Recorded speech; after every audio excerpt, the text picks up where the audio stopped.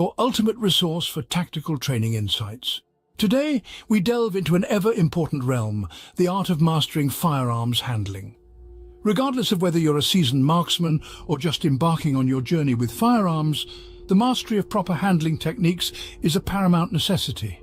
It ensures safety, proficiency, and effectiveness in any tactical situation. Now, before we venture into the more sophisticated techniques, let's underscore the significance of mastering the fundamentals of firearms handling. Imagine yourself as Officer Smith, a rookie cop undergoing rigorous firearms training. The world of law enforcement is new to him, and so is the handling of firearms. As Officer Smith starts his training, he is introduced to the basic tenets of firearms handling, the trifecta of proper grip, stance, and sight alignment. At first he fumbles, his grip isn't firm enough, his stance lacks stability, and his sight alignment is off. But Officer Smith is persistent. He practices tirelessly, day in and day out, honing his grip, perfecting his stance, and improving his sight alignment. With time, Officer Smith begins to notice a change. His shots are more accurate, his confidence is growing, and he's becoming more comfortable with his firearm. This improvement isn't just confined to the training range. It transcends into his work in the field. He's able to handle his weapons safely and effectively, his muscle memory kicks in when needed, and his confidence is unshakable. This transformation is not a result of some advanced secret technique. It's the fruit of Officer Smith's dedication to mastering the fundamentals. By diligently practicing proper grip, stance, and sight alignment, Officer Smith not only improved his accuracy on the range, but also developed the muscle memory and confidence needed to handle his weapon safely and effectively in the field. This concludes the importance of mastering the fundamentals in firearms handling. Stay tuned as we dive deeper into more advanced techniques in the upcoming segments. Once you've mastered the fundamentals, it's time to level up your firearms handling skills with advanced techniques. You've laid your foundation, now let's build on it. The first advanced technique we'll discuss is rapid target acquisition. This is not about wild, aimless shooting. Instead, it's about swiftly identifying and engaging targets with precision and efficiency. Think of it as sharpshooting on fast forward. It's all about speed, but never at the expense of accuracy. This technique minimizes your time to neutralize threats, keeping you safer in high-pressure situations. Next, we transition to shooting on the move. Now, this is a game changer. It's one thing to shoot accurately from a static position and quite another to maintain that accuracy while in motion. This technique requires balance, coordination, and a solid understanding of how your movement impacts your shooting mechanics.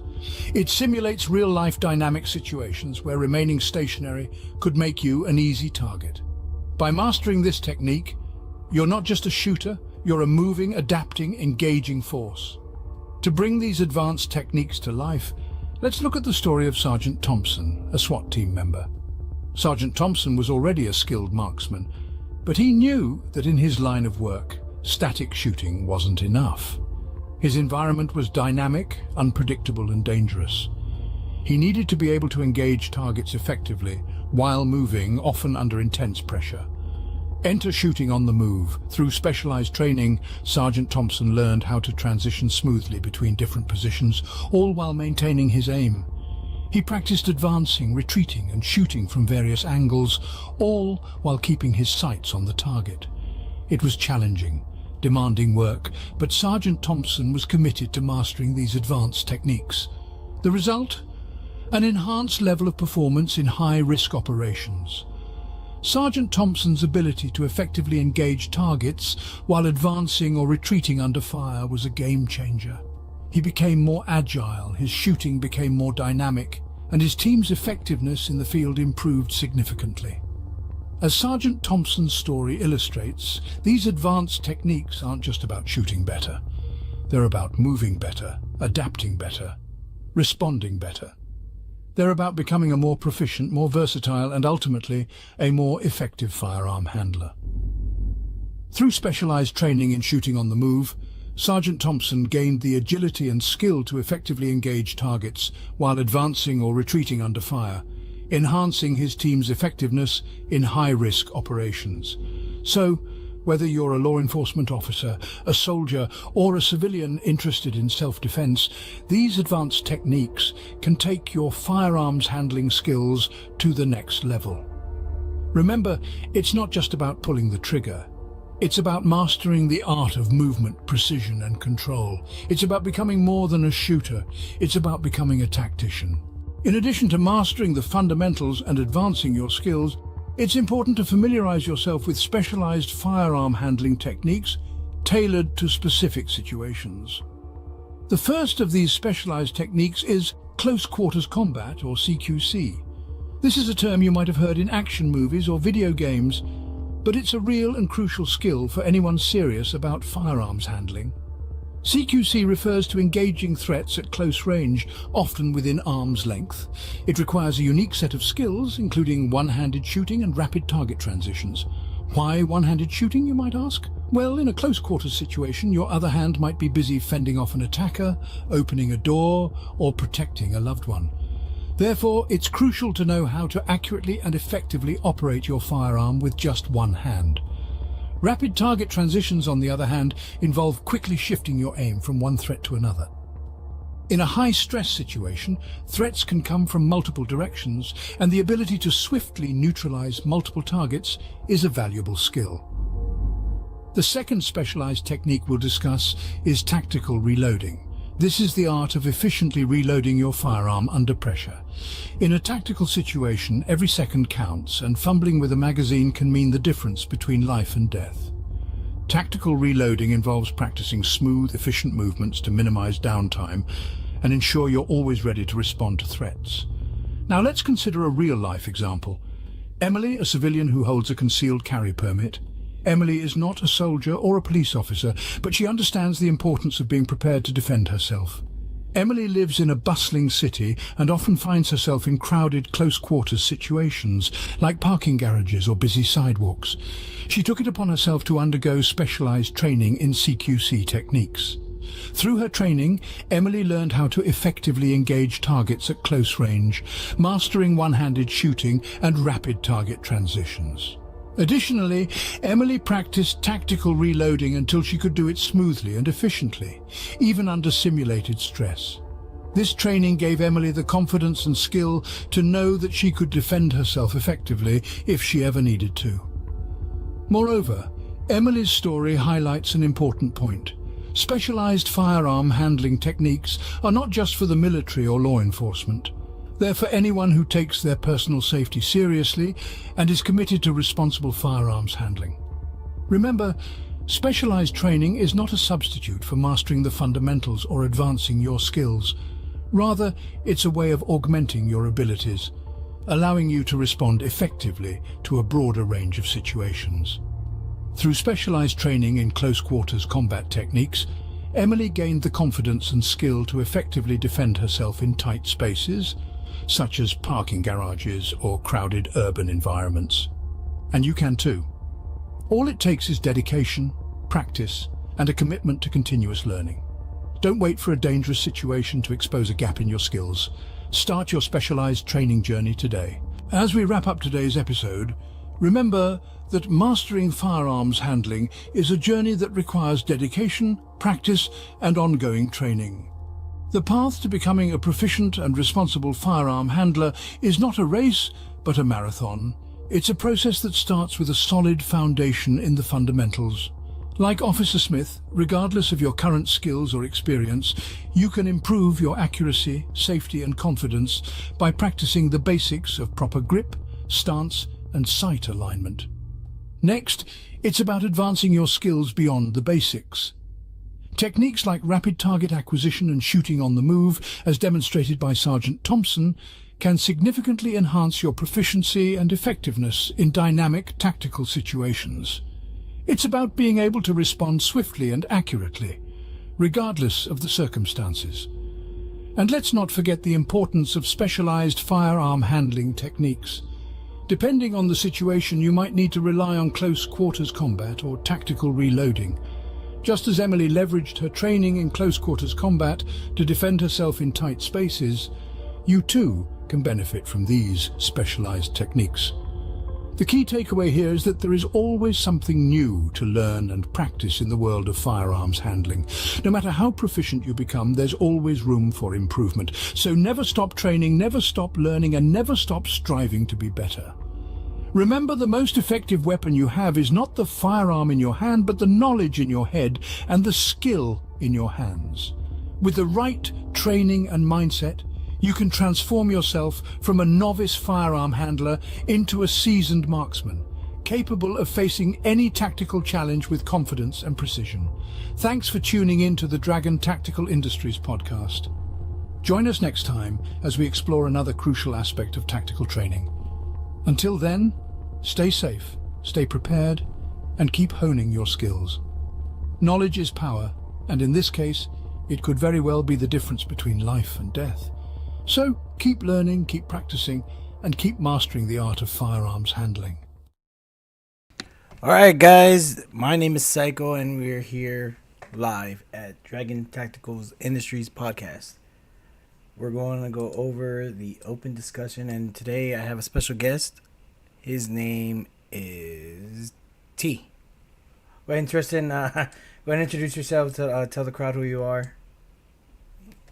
Yeah, my name's Tristan, or most people just call me T. And as far as firearms go, I was a USPSA competitive shooter. Before COVID hit, I did rifle and then every class of pistol shooting. I got to master in all of them, and then I was grandmaster in production. And I was gonna keep going, and then COVID shut down, and now ammo's super expensive and all that stuff. But that's kind of where I come from for the shooting aspect of everything. And this is why he's here today, to talk about the proficiency in firearms training, as far as being able to master all types of firearms, right? I mean, we go from the basics of just your stance, the way you hold the weapon, and just shooting in general. Like you said, everything's costs more money to shoot, so you have to find alternatives to train if you still want to be proficient in your shooting. So in the video here, we talk about how that's how you start, right? And unless you're going to the range, that's all you got. And then you got CQB training, right? And we depend on tactical training courses all around the world, where you can go in and they have a training facility where you can do CQB fighting, or you go do paintball, or you go do airsoft. And a lot of people that are in the tactical world will either frown upon it because they're like, oh man, that's not for training, that's only for leisure, for fun. And what the people don't know here is that that you actually are a former pro paintballer as well. So, and you're an airsofter, you're a milsimmer. So it's like, how does that help, regardless of trigger time? Like, how does that benefit you all the way around? Because there's not just trigger time that you're getting, but you're also getting active. You're doing maneuvers, you're moving around that you normally wouldn't do in a typical training site that's like, controlled environment, where it's like, okay guys, you're gonna be number 1, you're gonna be number 2, you're 3, all right, so when you breach in, right, you're gonna breach in this corridor, you're gonna go ahead, you know what I mean? You're not really doing a lot of that stuff. A lot of it's more fluid movement. So go ahead and tell them how that all bundles up into one big nice tactical ball. Right. Yeah. So, and interesting enough, the biggest thing from paintball and then from airsoft. So I was a pro paintballer first. I played paintball since I was 10. I played in college. I played for college. And then after college is kind of when I found airsoft through a couple of friends. And that whole time I had been competitively shooting. And the biggest thing I can draw away from the two coming together is the CQC aspect, and then also the shooting and move me, and just and overall awareness of stuff. When you're playing paintball, you've got especially on the tournament side, you've got a lot of things coming at you at once, and you've got to be able to drown out the background noise. You're hearing calls from your teammates the whole time, and you're trying to get down the field. And at the same time, you're engaging threats in front of you, sometimes behind you, sometimes to the side, because it's a dynamic field. There's no one set side. If one of their front players is good enough to get behind you, you will take fire from behind. And the same can be said for airsoft. And so when incorporating that into my competitive shooting, um, when you get to the higher levels of competitive shooting, there's a lot of stuff that goes into one stage, right? So when you go to the competition, you might have 6 stages, and every stage takes a different aspect of shooting into play for that division that you're in. So one of the biggest ones that I saw help me is I was accurate. I've been shooting a long time. I was already accurate, but it was being able to pick up and assess targets while en route to a different stage of that stage. And so when you're in a competitive shooting thing, there's boxes, and so when you go to each box, you're only allowed to engage targets from that box. And the biggest takeaway is, you're shooting, you've got 6 targets at one, and when you move to the next shooting zone, you're able to look ahead of you and be like, okay, from that target, I'm going to shoot left to right. I've got to put 2 shots in each target for this stage, and then on that target, it's only a 1-shot target. So while on the move, determining which direction you're going to shoot, whether it be left to right, right to left, up or down, and what's going to be fastest doing that, and then also taking into account your ammo consumption. So in production, which is what I was focusing on before everything got all weird with COVID, you only have 10 rounds per mag, and you can take 5 mags. So if your first zone of shooting is 4 targets, and you've got two bullets per target, right? And then at the same time, you can shoot the target as many times as you want, but only the best 2 are scored. So if you shoot a target 3 times and one's outside the center zone, you're going to punch it with a third one and try to get that middle zone. So you've got to keep your shot on track the whole time. But say you've got 3 targets and you've got to hit each one twice. Well, that's 2, 4, 6 rounds. So now I know moving into the next stage, I've got 4 rounds left in this mag that I can incorporate. Or am I going to reload on the move, get a fresh mag of 10 in there? Now I've got 11 rounds for my next shooting zone, and maybe I've only got 5 targets to engage there. And if I've only got 5 targets to engage there, and at the next one, which might be the final one, I've got 4 targets. Well, now I know that I can, hit 5 and then 4 and still have 2 rounds left over to fix any of those missed shots. And in airsoft and in paintball, that was the biggest thing that I can incorporate into my shooting, was being able to recognize on the fly what I needed to engage first and in which way I was going to engage it before getting to each one of those zones. Because you only get so many minutes, if even any minutes, at each stage to kind of see what's going on. They let you do a quick run through, and you can kind of get an idea what's going on in your head. But after that, it's like everybody's just on the line and shooting. And so there are times where you think you've got this great plan going on, and then as you're running it, you're like, oh crap, that angle's not going to work for me. What can I do to fix it? And I've got to fix it right now. And you're going based off of time, so it's got to be a split second. And that's kind of where all that airsoft and everything came into that. And in all honesty, I went from B to master in the year that I started taking paintball and airsoft just as seriously as I started taking my competitive shooting, because it really did help to bring all that together. And the other thing, as far as airsoft goes, because paintball is not so much, is the reloading of the airsoft guns. That shaved sometimes seconds off of my time, as well as drawing from a holster, because the one-to-ones, as far as some of these airsoft goes, if you're shooting the same exact gun that you shoot in competition in an airsoft environment, it's not going to help you very much when it comes to recoil and actually knowing the gun as far as how it's going to shoot with a live round in there.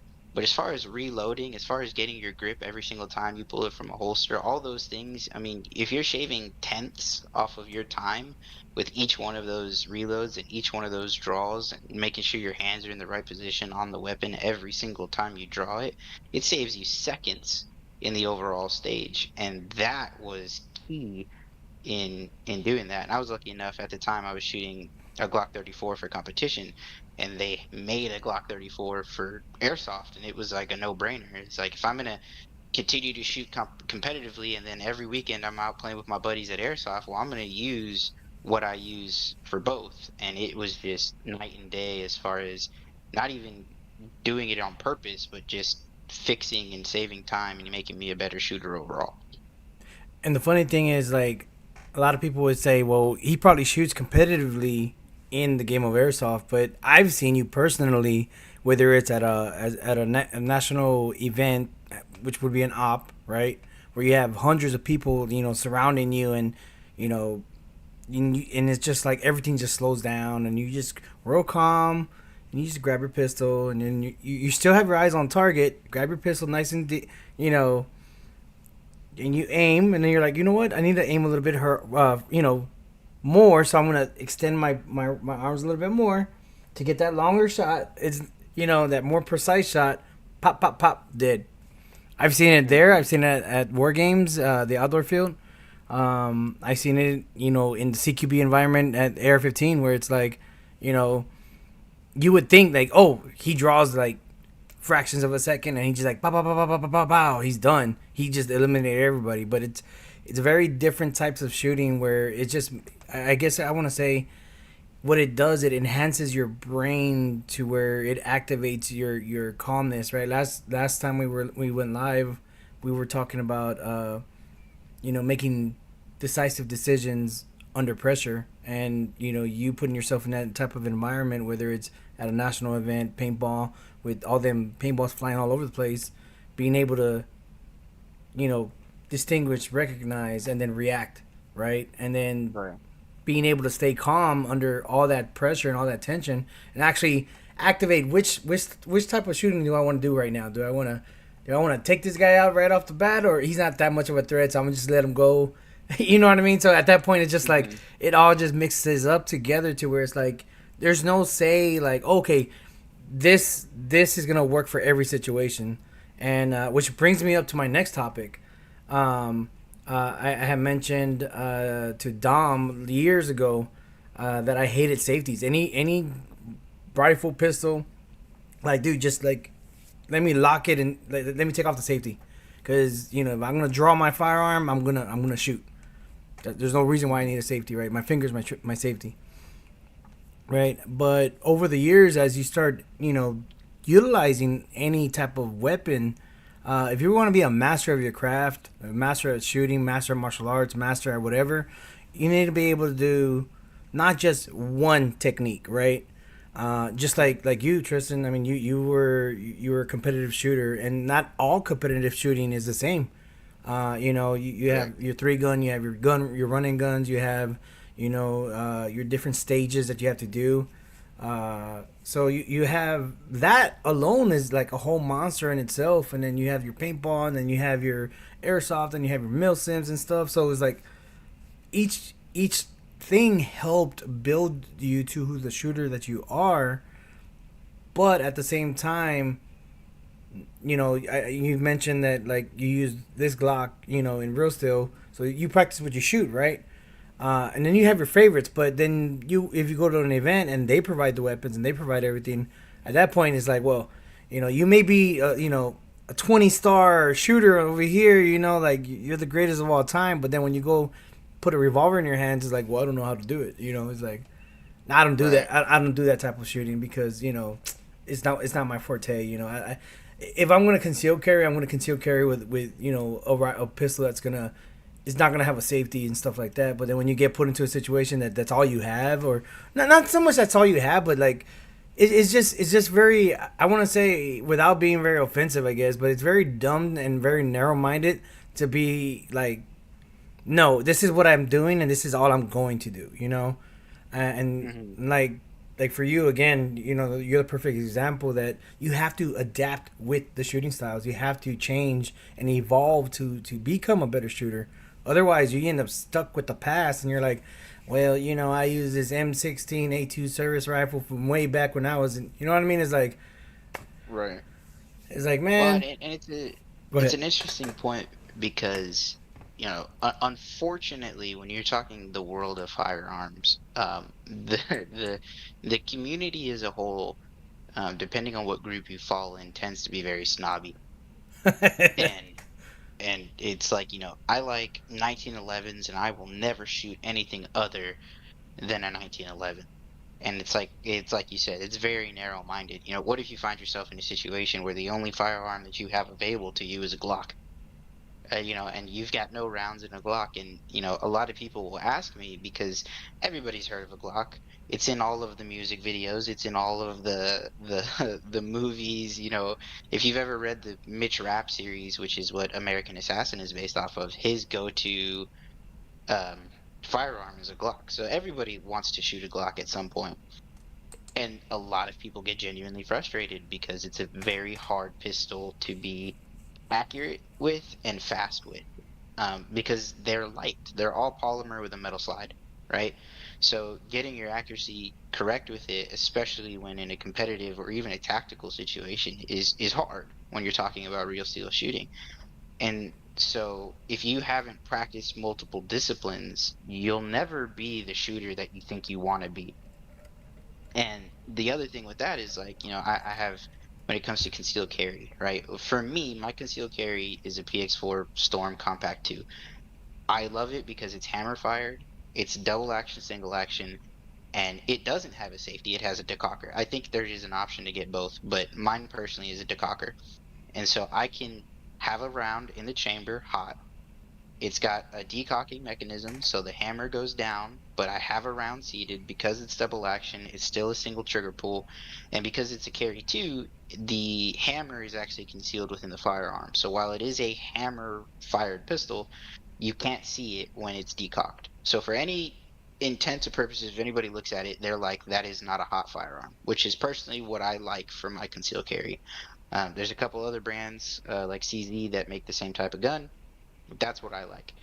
And I've talked to multiple people who carry Glocks or Springfield XDs or something along that sort that say, well, I'll never carry something that has a hammer because I'm not comfortable with it. It's going to get snagged on my t-shirt, or I'm going to miss the safety, or when I go to grab it, I'm going to accidentally hit the hammer and it's going to go off. Like, it's just crazy things that in reality should never happen.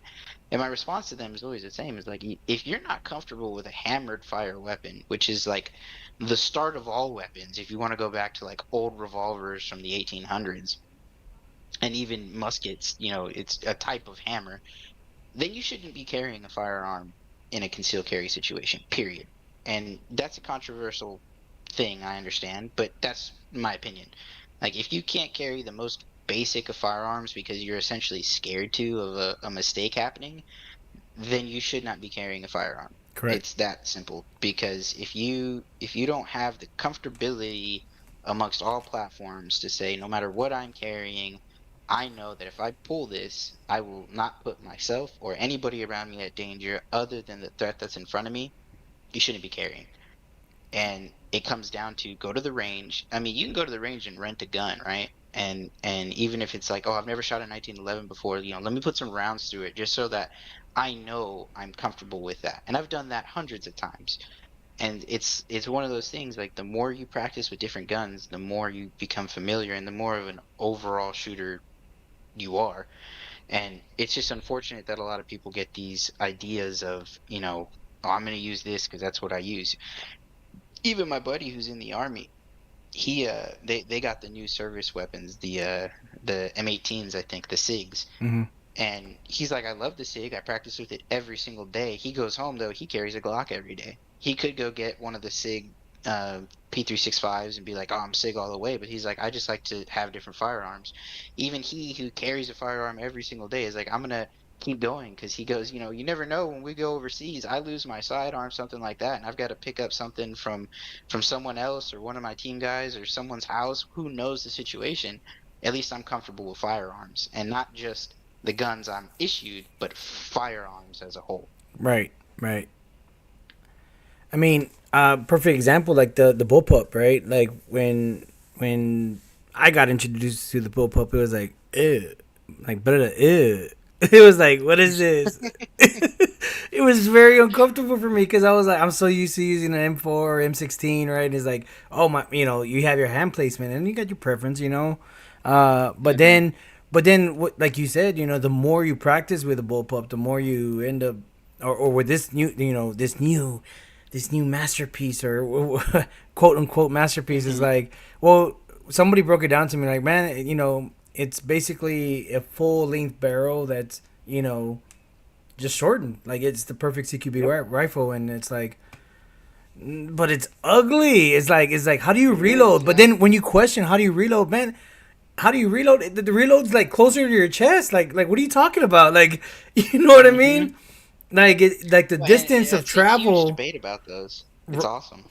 right? So it's just one of those things. Like it's so easy to get tunnel vision into going into just one specific platform and then getting stuck there. It's like it goes with anything firearms training in general. It's like, well, I only know no knock entry, and that's all I'm going to do for the rest of my life. It's like, what? No, bro. Like, there's different, entries into a CQB environment. There's different, elements to different scenarios, different situations, and if you don't practice that on as regular as you can, depending on what you're doing, right?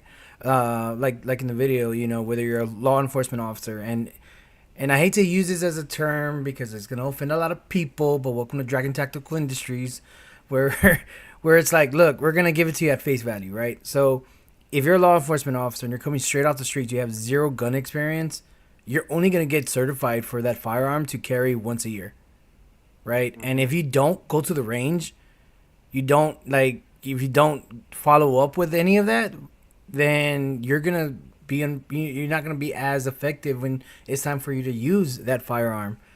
We can No, go day and 100%. night. And We can go day and night on all these situations where we look at police officers and we're like, dude, why didn't you do this? Why didn't you do that? In 2020 hindsight, everybody has is a critic, right?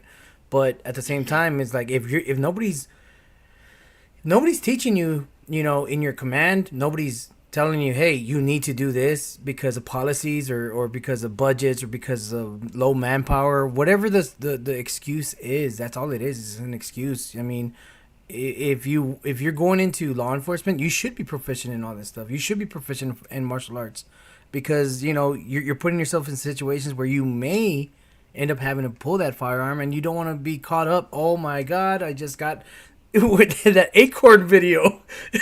hmm Right, and he just hmm went he unloaded into the back of his squad unit, and it's just like, bro, what? Yeah. Like that was Well, insane, and and it's a good point that you make that because shooting is a muscle. It really is. It is one of those things where it is not like riding a bike. You can have as many rounds in the chamber and shot as I have, right? And I've put hundreds of thousands, if not close to a million rounds through various different weapons. And if you don't keep shooting, me included, every week or month or do some dry fire, anything, you will lose it. I don't care if I was a Navy SEAL, Delta Force, whatever, because they'll tell you the same thing. If you're SWAT, if you're police, if you don't go to the range and get rounds downrange, you will lose the skill of shooting. It is that simple. Your body does not remember how to handle recoil in a effective manner under pressure consistently. And we've seen it, I saw it. Lord knows when COVID shut everything down for 2 years and finally we came back and I was like, okay, I'm gonna go to the range. I was appalled by my own shooting. And don't get me wrong, you retain some of it, right? I was still a better shot than most of the people at the range, but for my own standards, I was far off of that. And it just goes to show that, you have to practice makes perfect. And in shooting, it is no different. And it's unfortunate, but you're completely correct. A lot of police officers become complacent because oh, I'm certified. It's like, well, that's great, but do you practice? Well, no, because I get off of work and I'm tired and this and that, whatever the case may be. Or even if they have a range available to them and they just don't go do it because, it's not something that they feel they need to because they're certified. And I've unfortunately talked to cops that have said that. And, it's like, it's not good, but that's the reality of the situation. And And so we're not just it's picking on cops. We're picking on everyone, right? So even no, I even mean military military people. too. Here we go. Yeah. Here we go. Right. I mean, Hmm. everything from a United States Marine to a Navy SEAL to anybody in general, man. Like just in general. I mean, we have you know special force units that show up at the arena, and it's like everybody wants to fly that flag when it's time to fly, but then when it comes time to show, like, okay, cool, let's go shoot. And then it's like, Hmm. bro, like, I wouldn't brag that you're security forces or you're this if you don't even know how to unload a mag, and Yep. it's like, hey, bro, take your mag out. And it's like, huh? And then they look at you and they look at the rifle like, yeah, go ahead, take this out, and then it's just something as simple And as that, or like in this shot here, right in the video, side over bore. I mean, I was just talking to this to Joker, one of my closest friends, forever ago, right? And his birthday was just recently passed, and I was talking to him about an individual that I went to the range with, and this individual, I mean, love him to death, but side overboard, man. Like he wasn't paying attention. He started shooting from left to right, and he was shooting at my targets over here. And there was a pole, and the way because he was sitting down at an angle, so he had to tilt his rifle, right, and his scope cleared the pole, but his barrel didn't, and boom, he shoots hmm it. And I had Spalding, I had like a shrapnel like hit me in the face, bro, where it was just like, I was like, bro, did you just blow up your gun again? And he was like, wait, what? No. I was like, did you shoot the pole? And he was like, no. And I was like, you shot the pole, bro. Look. And I put my finger where the bullet hole was, and I was like, dude, it's still hot. Like, you shot the damn pole. Like, side overboard, man. What the hell? Like, and he was just like, that wasn't me, right? And he went, mind you, he's one of my closest friends too. And it's just one of those things is like, even if you're proficient and you think that you're proficient, accidents happen and just dumb stuff like that because you don't go to the range, because you don't practice, because you think you know it all, and you get that narrow mindedness where it's like, no, you're still a student of the game. I'm even still a student of the game. I'm still learning a lot of stuff as I'm going along, and that's why I like shooting with different styles of shooters. People with different backgrounds and stuff. To where it's like, okay, cool. What can I nitpick from this instructor, or what can I nitpick from this individual, whether he's an instructor or another shooter, just in general, and be like, hey, how'd you do that? Can you show me how to do that? I mean, I remember I asked you once when you did like a baseball slide against a bunker and you popped up and you're like, and I was like, how do you do that? And you're like, oh, I did it like this. I was like, okay, I know my limitations. My body can't move like that, man. So I'm gonna just let you do that technique. But then you go to different other shooters, then it's like, for instance, like even your stance, in the Marine Corps, they teach us to be square, against the shooter, because if you get shot, boom, boom, boom, you can take the hits in the chest, right? But then I saw another shooter who was a three-gun shooter, or a speed shooter, and he was like, man, I don't go square with the targets because of this, that, and the other. I put my feet in the direction I want to go because it's faster to get to the next target. And I'm like, So then I was like, let me try that in this next, exercise, or this next, training thing.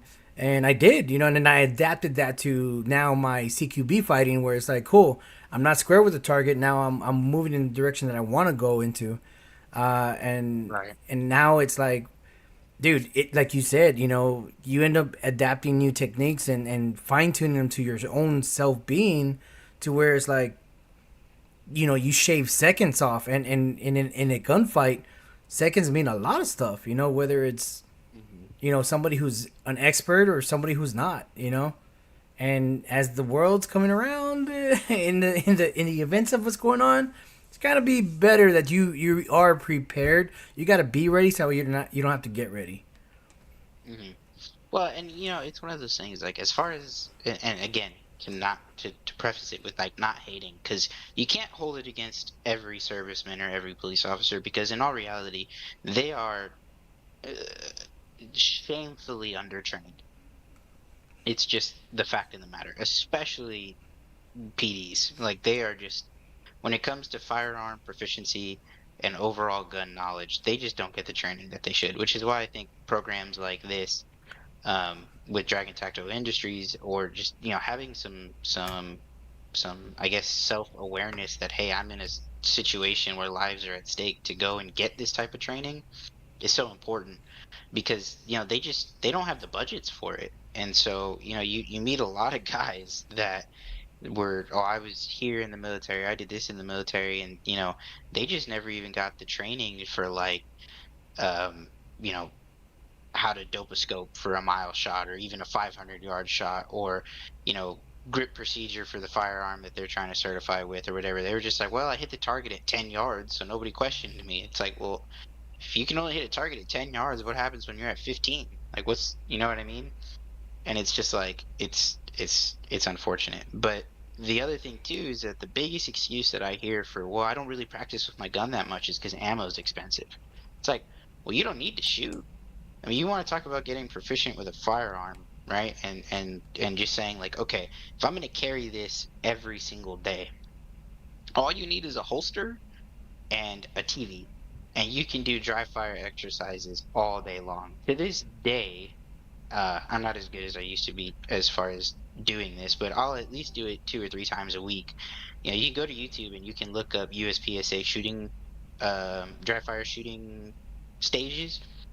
And what they do is, it's a YouTube video, right? You push play and it'll do the same thing that they always do, where it's like, make ready, etc., etc., and then start, and you'll hear the beep of the buzzer, and you can draw, get your sighted picture, do your first trigger pull, boom, boom, boom, and then holster your weapon, make safe, holster. And then it just starts a new video with the different Make sure that your weapon is clear. You don't have any any ammunition in your disclaimer. Please don't shoot your TV in your room and everything else. Like Tristan said, go get those. Yeah, go get those dry caps that they sell. They sell them at the range here. I personally think they're a waste of money, but if that's what you want to do, go for it. But and you can get those on Amazon now, like the little right? dummy rounds. Yeah, I know what you're talking about. Where you're like, yeah. Yeah. Well, that's And that. go Well, I mean, proficient with it. well, it's not. I think okay. There's another topic, right? So, there. When I started creating Dragon Tactical Industries, right, and I finally got my LLC. Woo. Small plug-in. But when I started doing that, Facebook has this algorithm where it's like, hey, I'm gonna send you all these videos and stuff, since you're in this world of training. And I got this video where it's like the little laser people, right? And I've seen them at SHOT Show, and it's not our take. Like, that's not what we do, we do actual, like, shooting out of our airsoft rifles or out of our real steel firearms. But and I asked some of my closest friends. I was like, "Hey, what do y'all guys think? What is y'all's personal opinion?" And then I want to say about half of them was like, "Hey, bro, it's still training. I mean, it's still good." And then the other half, obviously they were making fun, being like, "Bro, if I want to play laser tag, I'm not gonna spend that much money for laser tag." But again, depending on where you're at, what state you're in, or what country you're in, if you're watching from all over the world, and you don't have access to a range, or you don't have access to that much ammunition, and the only ammunition you got is like your safe haven, is like, oh no, well, that's just like break the glass in case of an emergency type of situation. With all due respect, I mean, you still got to do something, right? So with that laser, it's like a bore laser, where you change out your boat housing assembly, and then you have that where it's you practice and you end up shooting like an app or something like that around the corner. But yeah. I mean, it's still like you said, you're still training, you're still dry firing, you're still. And I've seen that. I've actually used what you're talking about. Mm-hmm. And I'll say this: the one we used, you change out your whole assembly, including the trigger. And so for every trigger pull, it shot a laser. I don't know if that's what you're talking about. Yeah. But that's how it worked. But it could go into. They only had a couple of firearms where you could use it with, but in our case it was Glocks. I thought it was excellent for first shot trigger pulls, right? Because your first shot, you're not worrying about recoil or anything like that. Especially in a Glock, it's a perfect situation where it could very easily show you more or less where you're going to be aimed um, when you draw and you shoot. And a big thing about that is, when it comes to like drawing and shooting, is a lot of people don't realize like they'll have a sight picture and the gun will be in their sight picture, and they think because they see the target and they see their gun in front of them that they're aiming at it. But like that's not how it should be. Your focus should always be your front post, right? And yeah, you got to aim the front post at whatever you want to destroy, but if you're looking at what you want to destroy and not the front post, you will be astonished by how far off your accuracy was. And we found that that little laser was very good at telling people just how far off they were not Man, looking at their front post. I'm not. And so it was. I'm not gonna age bash you, but I'm gonna do a little bit right here. So when I first got into the Marine Corps, we didn't use ACOGs back then. We had like the iron sights, right? The carrying handle iron sights, and I Mhm. remember the special forces, right? Like the MARSOC Marines, the SEALs and the Rangers and the Delta guys.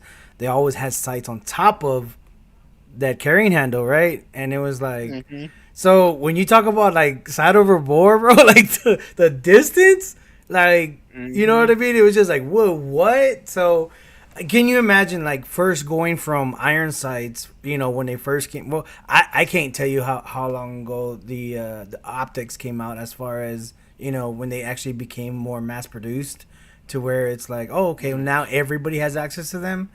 But can you believe like the shock and awe? And you see so many videos of these guys going, not the special units, right? But just in general, anybody who shoots.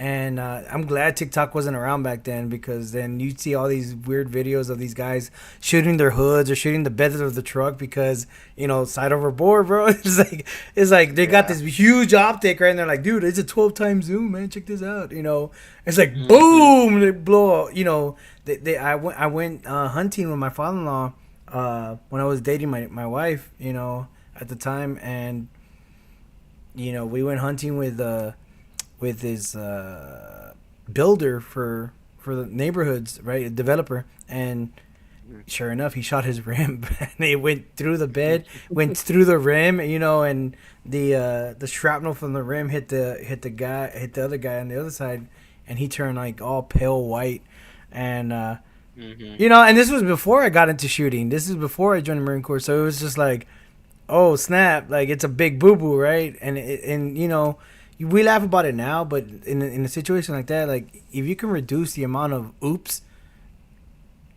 once you get to the level that like where you're mature enough to understand that a oops in shooting is not a oops, it's more like Yep.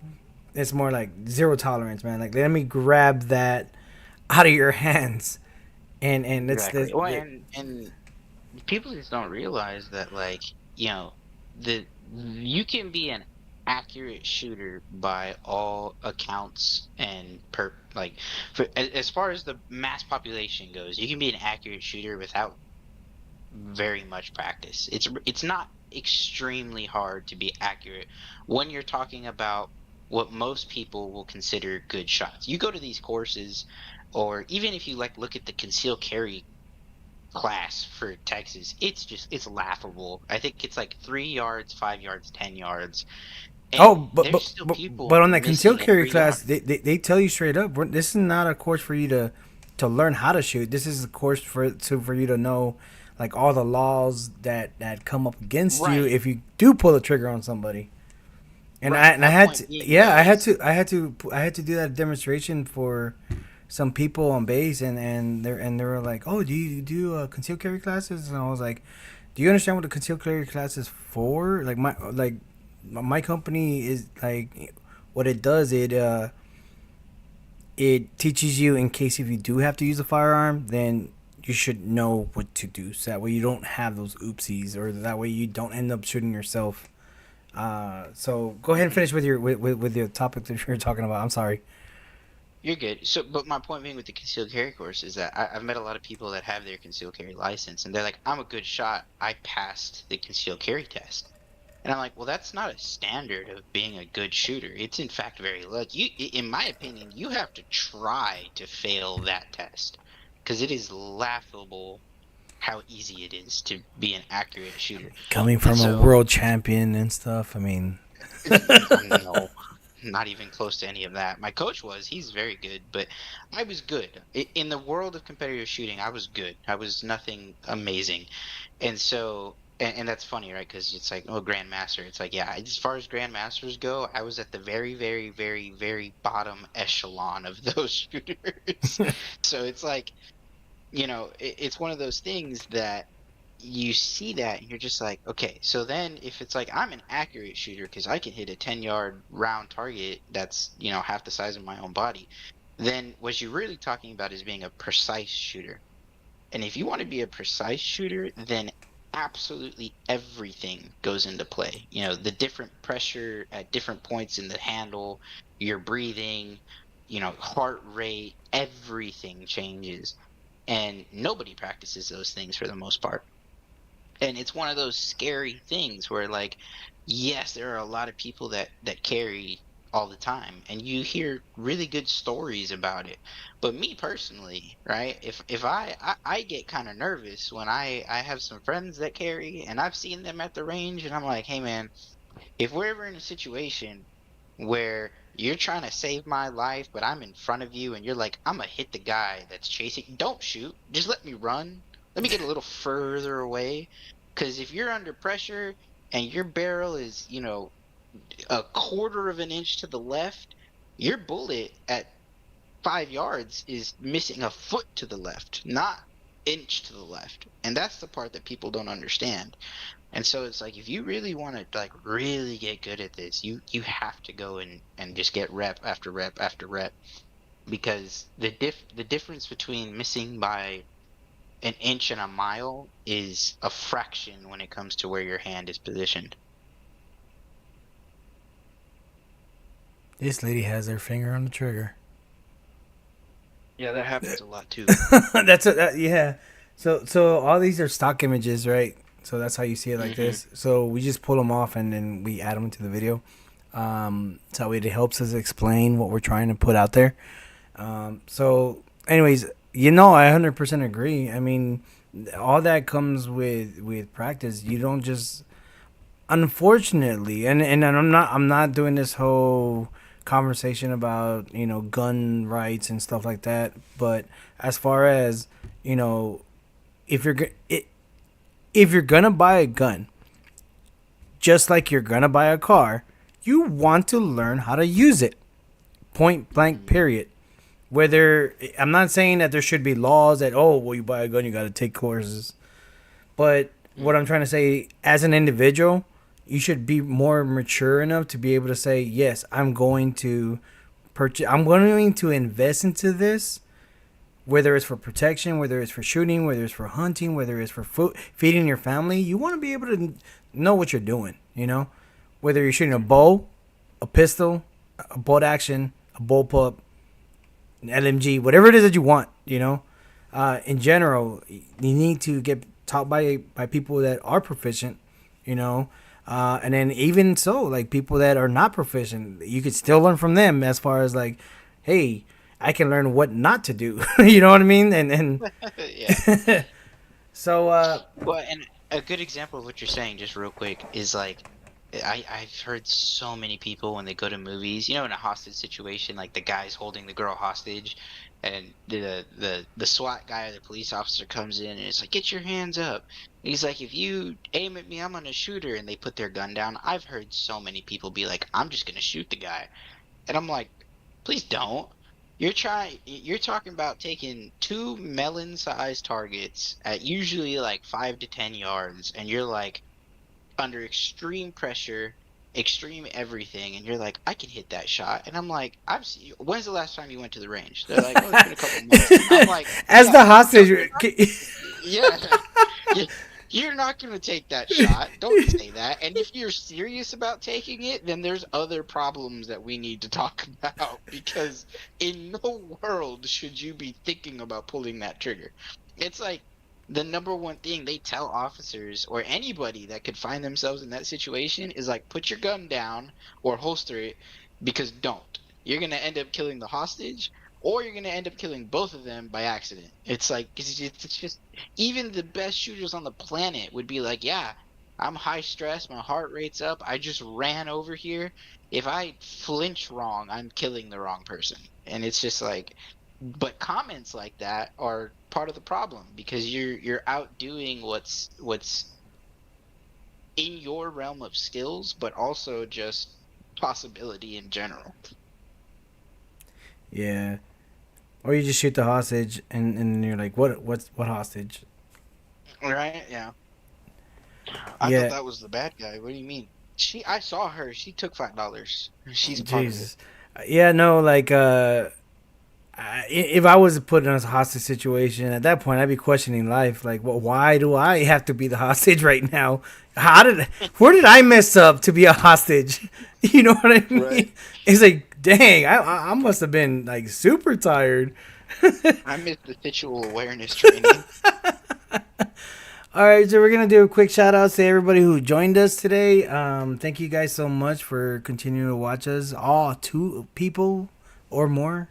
We have Me Bear. He says sup. First time watcher. So thank you for joining us. Hopefully you guys can go back and review everything that we talked about today as far as the open discussion. Join us next week as we go on to our next topic. Next week is going to be just the video alone. We're not going to have the open discussion until the following weekend. Following week, not the weekend, but the following week of that. So shout out to everybody who joined us. Thank you again. You have any closing statements, Tristan? No, that's it, man. That's good talk. All right, guys. So until next time, stay safe, stay proficient, and stay alive, because then you won't be able to watch my podcast.